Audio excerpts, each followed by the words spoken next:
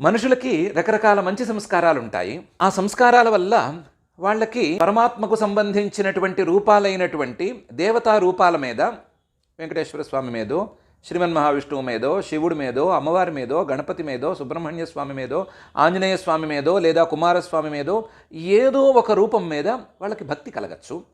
అలా కలగటం అనేది ప్రశంసనీయం. అలా కలగటం అనేది వాళ్ళ యొక్క ఉత్తమ సంస్కారానికి చిహ్నం. అది వాళ్లకు కలిగినటువంటి ఆ భక్తి వారి సంస్కారాన్ని మరింత పెంచడం మాత్రమే కాకుండా వాళ్ళను సన్మార్గంలోకి తీసుకెళ్తుంది కూడా.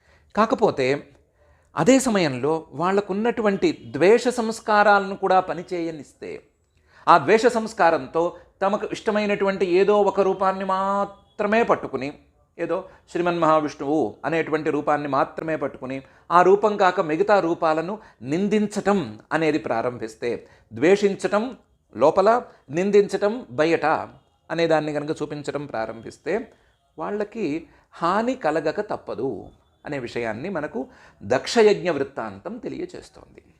కాబట్టి మనం మన మంచి సంస్కారాలను పెంచుకునే దిశగా ఆలోచించుకోవాలే కానీ ఈ ద్వేష సంస్కారాలను పని చేయించుకునేటువంటి దిశగా ఏమాత్రం ప్రయత్నం చేయకూడదు.